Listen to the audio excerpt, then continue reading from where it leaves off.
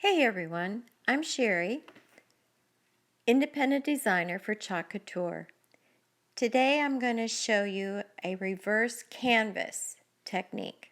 Basically, what that's saying is that you get your regular artist canvas, and underneath it there is a wood unfinished frame.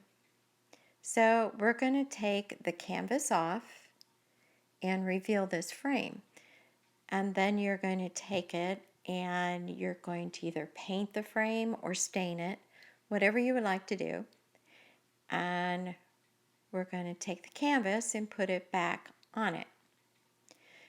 Now with this, I just left the staples there and just took my craft knife and made a slit across where the staples were. And then you pull the canvas off.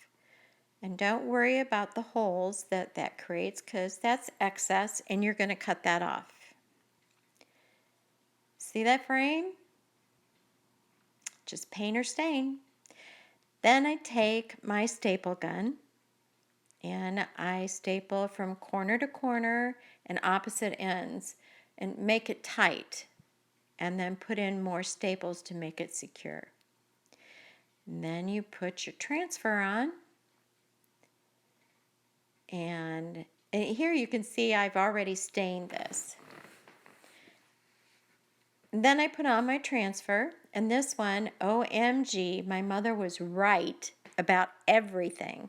That's an awesome transfer that I can really get behind. I laid down the paste pretty thick because I didn't want it to dry before I took it off. On the yellow over the right, I did that last because it's thinner lines and it'll probably dry faster. So we take that off and we have the big reveal. I'm loving this transfer. This was fun, and it's not that hard to do, really. Of course, you could do it just on the plain canvas if you like, but I kind of like the frame around it. So if you have any questions, please contact me, or if you'd like to shop or look at my site, just go to cherriecriswell.chalkcouture.com. Thanks for stopping by. Bye.